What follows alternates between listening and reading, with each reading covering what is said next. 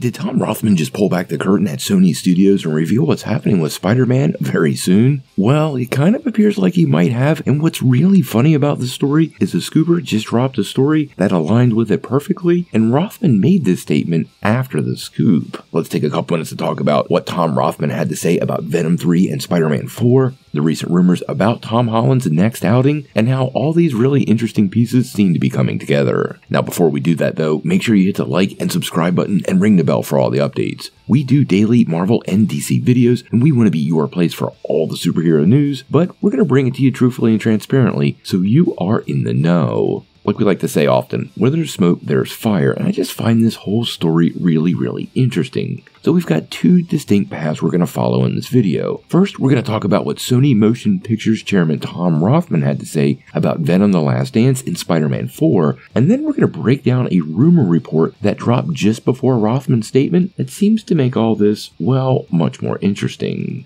So Tom Rothman recently had a bit of a conversation with Deadline, and he broke down some of their upcoming projects. Now Sony has a lot of Marvel stuff headed our way. This includes the next installment of the Spider-Man Across the Spider-Verse threequel, Spider-Man 4, and the upcoming Venom movie, Venom: The Last Dance. Now, when he was talking about all this, obviously he puts a shiny face on it. But when it came to those Spider-Man movies, there seemed to be something, well, under the surface. In the exchange with Deadline, he said, "Let me tell you, when the last Spider-Verse movies come out with Phil Lord and Chris Miller, it's going to be a significant event, as will the next Tom Holland Spider-Man film." He then went on to say that the third Venom movie will also be huge. So clearly, Venom and Spider-Man are on Rothman's mind and are the spearhead of their IP moving forward. Now, as many of you know, Venom 3 is coming this fall, and Spider-Man 4 doesn't even have a release date and is in the early stages of development. Now, one thing we've heard is that Marvel wants to keep this a street-level tale, but apparently Sony wants somewhat of another multiverse adventure, or at least elements of the multiverse,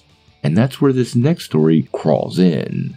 Now, all of this comes via scooper Daniel Richtman, and in this case, he's not from Marvel Studios, and he's obviously not Kevin Feige, so we're taking it with a grain of salt. Now, what Richtman is reporting is that Spider-Man is set to start shooting this fall, with the plan for the movie to arrive in theaters as soon as fall of 2025. That's right, just 1 year after Venom 3 drops, Spider-Man 4 will drop, and that might explain some of Rothman's enthusiasm. Now, that is a super fast turnaround, and that means if this rumor turns out to be true, more than likely the script is near complete. Now, this isn't even the interesting part, because then Richtman adds that that piece of the Venom suit left in Earth 616 at the end of No Way Home is going to play a really big role in this movie. Now, he doesn't flat out say Peter's going to be wearing a black costume, but that is the big role that could happen. And if you consider how much of a darker place this Peter Parker might be in, well, you could understand how the symbiote could potentially bond with Peter. After losing literally everybody that he knows and watching Aunt May die, Peter's emotional state is probably at an all-time low. And if you were to encounter the symbiote in that state of mind, well, it'd be much easier for the symbiote to take advantage of Peter and could create a really interesting film. Now, this does mean they could still have those street-level elements we've all been hoping to see, but at the same time, give Sony their multiverse aspects, kind of satisfying all parties, and it might be a pretty good space to land.